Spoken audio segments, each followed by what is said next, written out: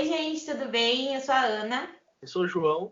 Eu sou o Vini, e a beleza? gente está com mais um vídeo do Logos. Hoje o nosso tema vai ser sobre a economia nos tempos da pandemia. E eu espero muito que vocês gostem. Lembrando que a gente não é profissional em nada, não é formado, então são meras opiniões. Se vocês gostarem, comentem aí e bora pro vídeo. Bom, o primeiro tópico é o desemprego, que vem sendo gerado pela pandemia. Milhares de desempregados e que não tem jeito, né? A gente tem que achar uma saída para esse desemprego, para não afetar tanto a economia, e é sobre isso que a gente vai falar hoje. Então, o desemprego já é um problema bem de antes, né, cara? Não sei se a Ana tem os dados aí. Entre março e maio de 2020, a gente estava com uma taxa de 12,9% de desempregados, que isso dá mais ou menos 12,7 milhões de pessoas desempregadas. Então, a gente pra caramba.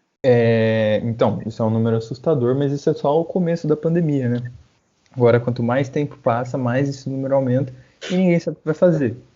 Se fechar, piora. Se abrir, morre. Se abrir, talvez morra, talvez não, depende. É esse o ponto. A gente tem que saber só a maneira que vai abrir as coisas.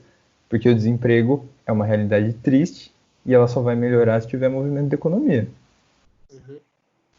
Só que assim, a maneira que a gente vai abrir que é o problema. A gente tem o exemplo da Alemanha, que abriu testando todo mundo, fazendo o acompanhamento correto. Vamos lembrar que a Alemanha, na verdade, é o país da Europa que teve menos casos, né? Foi o país que fez a quarentena certa, fez as testagens na população. Não é o caso do Brasil. Eu não sei se dá para aplicar o que a Alemanha fez, o que a Alemanha está fazendo na reabertura aqui no Brasil, que os casos passam de 1 milhão. A gente não tem mais tempo. A solução para você é reabrir o comércio de forma gradativa? Sim, mais ou menos o que São Paulo está fazendo. Só que o problema que a gente tem em São Paulo é o seguinte: eles vão abrindo de acordo com quem chega na... Aliás, eles vão abrindo não, né? Eles estão fazendo, acho que até da maneira correta. Chegou na fase amarela, eles vão começar a reabrir. Mas todos os estados têm que reabrir, certo? Então é esse o ponto, tá ligado? A gente não pode fechar onde está em fase laranja, que é o exemplo de Sorocaba, porque se fechar aqui, quem está aqui vai passar vai começar a fazer compra nos lugares onde está em fase amarela.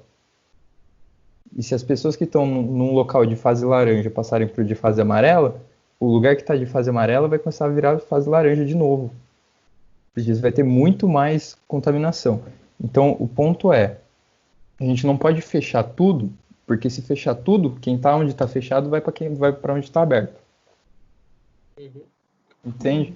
Então, mas eu acho que cada cidade é um caso. Por exemplo, Sorocaba está em fase laranja, estava em fase vermelha até pouco tempo atrás, eu não sei se você falou que está em laranja. Enfim, vou considerar que está em laranja. A gente tem que tomar os cuidados da cidade que está em fase laranja. Não adianta a gente ficar querendo abrir o comércio, sendo que a gente não pode abrir o comércio. Então espera, fica em casa. Quando for o momento de abrir o comércio, a gente vai abrir o comércio. Mas acho que não é o momento, pelo menos agora na nossa cidade. Em São Paulo é um caso à parte, é outro caso. São Paulo então, mas não é nem questão de, abrir o comércio inteiro, sabe? A gente tem que ter uma postura gradativa. Já não está mais na fase da gente ficar todo mundo em casa o tempo todo, fazer a quarentena da maneira correta, porque isso não vai acontecer. Quando a gente fez o outro vídeo falando sobre quarentena, talvez dê certo. Entendeu? Já faz o quê? Um mês que a gente fez. Então, as coisas pioraram muito economicamente na questão da saúde.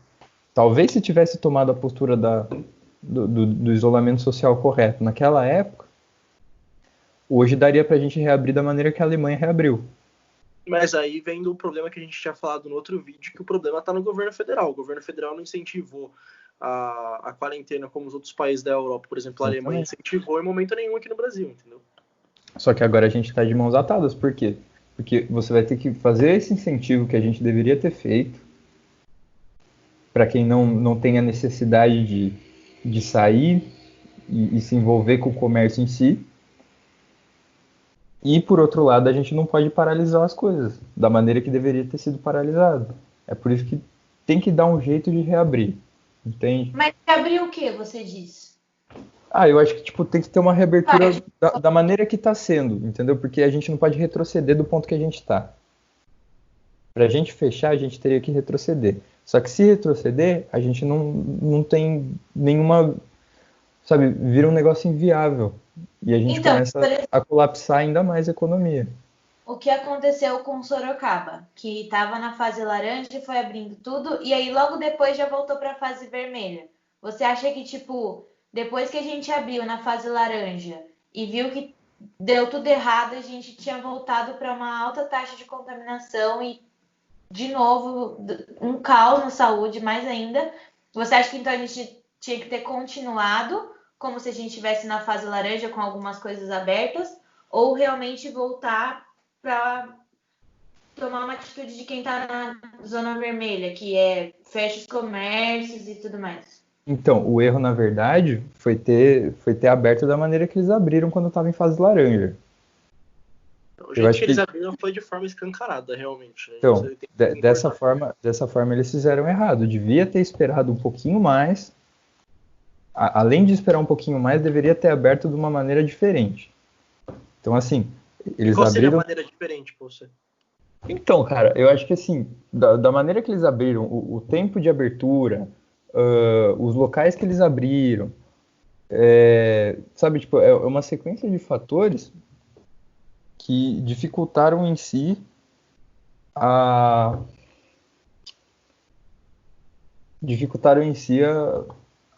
o cumprimento correto da situação, entende?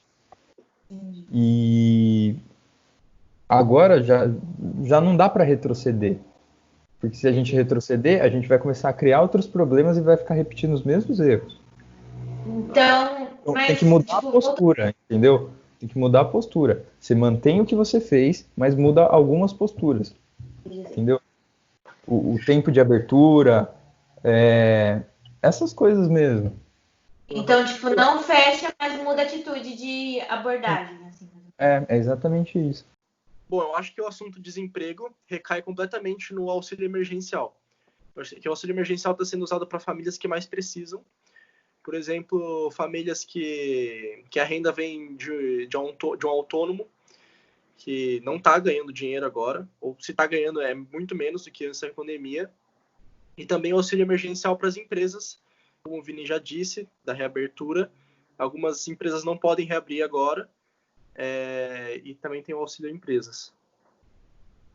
Então, a gente tem um problema muito sério na questão das empresas, que por mais que a gente receba o auxílio, a gente continua pagando o mesmo tanto de imposto, né? Uhum. Isso serve também para as próprias famílias. O imposto não parou. Entende? A gente continua pagando uma baita de uma alíquota tributária gigante. Sabe? A gente paga... O problema principal do nosso sistema tributário é que a gente paga sobre consumo e não sobre a renda. Nesse caso, eu acho assim, uma reforma tributária cairia muito bem para a situação que a gente está. O problema eu não sei se uma reforma tributária em si, mas pelo menos uma diminuição nos impostos que são cobrados, pelo menos agora na pandemia. Então, a gente, é um negócio que precisa ser feito, porque o nosso sistema tributário é muito cruel, tanto para os empresários, quanto para quem não é empresário, por exemplo. Porque os empresários não conseguem manter seus empregados, a demanda agora diminuiu, então assim, já era difícil ganhar muito e manter o que você tem. Isso falando num contexto de microempresário. E para quem trabalha, também é difícil, porque está trabalhando e, tipo, muitas vezes não está recebendo. Uhum. E as pessoas que estão desempregadas também pagam imposto. Eu acho que uma solução que você quer chegar é a diminuição dos impostos, tanto para quem consome, tanto para quem faz, os empresários, no caso. E seria a diminuição dos impostos, basicamente, junto com o auxílio. Pelo menos na minha visão, seria junto com o auxílio. Sim. O auxílio mais as diminuições dos impostos. O auxílio até porque o auxílio ele vai ajudar não só né, no pagamento dos impostos que a empresa tem, mas ele ajuda no pagamento de funcionários, no pagamento dos produtos que você precisa para vender o que você vende, ou o seu serviço, ou tudo mais. Então, o auxílio é muito mais do que só te ajudar a pagar o imposto, é te ajudar a manter a sua empresa por causa de outras coisas, de outros gastos. A gente não tem auxílio, em relação aos empresários, né? A gente não tem auxílio só do governo. A gente também tem auxílio de iniciativas privadas. Se eu não me engano, teve uma reportagem do Fantástico falando sobre isso, dos auxílios de iniciativas privadas. Sim, é bem interessante, a partir do princípio do auxílio. O único problema é quando esse auxílio vem do governo. Porque é dinheiro que a gente não sabe de onde vem. E nem a maneira que ele vai ser pago. É dos nossos impostos. Então, mas é aí que tá. A gente paga imposto, mas a gente está mantendo uma dívida. Certo? E o problema é essa dívida. Porque a gente já está num buraco enorme. E conforme você vai pagando mais e mais, esse buraco aumenta. E a gente já está num ponto que o buraco parece que não tem fundo. Mas eu tenho uma visão diferente de você. Eu acho que a gente sempre pagou imposto. A gente paga imposto para o governo, para o Estado nos ajudar quando for necessário. E esse é o momento do Estado nos ajudar. Entende? Então, mas esse é o problema. O Estado hoje não consegue ajudar a gente. Pois deveria. Deveria, mas ele não consegue. Ele não consegue por quê? Falando do Estado brasileiro em si, a gente tem um monte de estatal. 400 e tantas estatais. Dessas estatais, uma boa parte delas é deficitária. Então ela não dá lucro para o Estado, ou seja, ela não gera renda nenhuma e ela só consome o dinheiro do contribuinte. Se a gente tem umas 400 que fazem estritamente esse movimento deficitário, a gente só está, quando a gente paga imposto, a gente só está aumentando o tamanho do buraco e está dificultando em si o movimento da nossa própria economia. Mas então, eu não acho que a saída é o governo não ajudar os empresários. Então, a saída não é o governo não ajudar os empresários. A saída seria privatizar uma boa parte dessas empresas que geram déficit, que são empresas supérfluas, e começar a focar somente em alguns pontos específicos para que a gente possa ter esse tipo de retorno do governo quando a gente mais precisar. Então, tipo, é um problema crônico. Certo. Por que a gente não consegue manter a saúde, a educação e a segurança?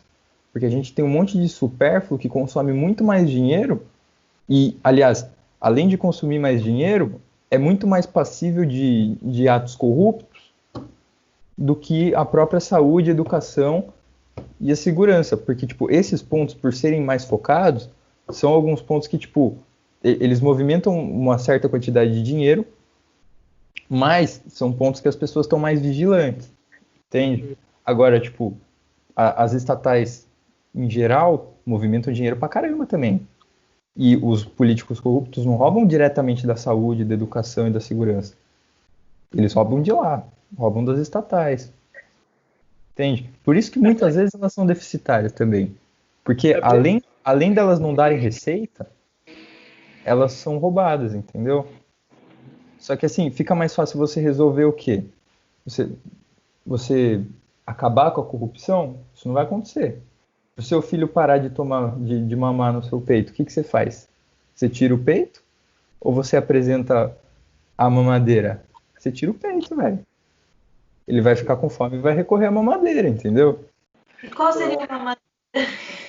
A mamadeira, eu acho que seria o salário dele, velho. A mamadeira seria o salário dele. Ele não tem escapatória, sabe? Se ele não tem de onde roubar, vai roubar, ele vai receber. Hã? Você tira o peito como? Só rapidamente. Privatizando. Mas eu não concordo que a privatização seja a saída para todos os problemas do mundo. Que não é. Não, talvez as privatizações das estatais que são deficitárias, como você disse, seja sim uma solução, mas não de todas as estatais, entende? Não, mas não de todas. A gente tem estatais direcionadas à saúde, à educação e à segurança que são necessárias. Quer dizer, eu não concordo que sejam necessárias, mas assim, eu acho que não é o momento de privatizar elas. eu acho que assim, tipo, você não pode sair privatizando tudo, até porque isso dá problema depois. Mas você pode privatizar uma boa parte. Uma boa parte. E muitas vezes, nem as que não são deficitárias, entendeu? É questão de Vixe. São estatais que são supérfluas. Isso que o Vini tá falando é um exemplo do que a gente devia ter feito antes da pandemia. Antes. Ou depois, agora. Não tem como fazer isso agora em menos de 2 meses, 3 meses. Não. O ponto que a gente quer chegar é a redução de impostos, tanto para empresários, microempresários, médios empresários, ou até grandes empresários, e a redução de impostos também nos consumidores, por exemplo, na compra de alimento, na compra de combustível, na compra de itens essenciais do consumidor, entendeu? Não apenas para o produtor. Isso seria uma solução juntamente com o auxílio emergencial, ou público ou de iniciativa privada. Eu acho que a gente não tem como vir aqui dar soluções e mais soluções. Tipo, a gente pode falar o que está sendo feito já. A gente precisa achar alguma maneira de não retroceder no que a gente está fazendo e conseguir conciliar os métodos corretos com a atividade econômica, comercial e etc. Sim. A gente não pode ficar dando passos para trás para tentar dar um passo longo para frente. A gente não pode dar nenhum passo muito longo porque exatamente. A gente não é aquela tá questão tratando de vidas. Não pode dar um passo maior que a perna, né? É. Bom, a gente falou mais hoje sobre o desemprego, auxílio emergencial, a taxação de impostos, a redução de impostos, principalmente nesse período de quarentena, de pandemia. E a gente, na verdade, a gente não tem uma solução, a gente não tem como vir aqui no vídeo e falar, tem que ser feito isso, isso, isso. Porque se a gente fizesse isso, era pra gente estar trabalhando pro governo. Então. Mas... Não é nosso trabalho, né, fazer isso. Se nem eles sabem, né, a gente vai saber como. A gente tentou falar um pouco sobre o que está sendo feito ou o que pode ser implementado, por exemplo, a redução de impostos. A gente sabe que em algumas áreas teve sim uma redução de imposto, mas não foi em todas e nem nas áreas que mais precisavam também. Então, ó, se inscreve no nosso Insta novo. A gente tem um Insta só para esse canalzinho aqui, cara. A Ana, nossa editora, vai deixar escrito aí. Pô, cara, comenta à vontade. Se quiser me xingar por ser liberal, xingue. E fica à vontade aí, mano. Curtam, se vocês tiverem alguma sugestão para algum próximo vídeo, deixa aí nos comentários. Se vocês concordaram, discordaram do que a gente falou, comentem aí também. E se inscrevam no nosso canal, a gente quer trazer sempre conteúdo para vocês. É isso aí. Forte abraço para todos. Beijão. Beijo, gente.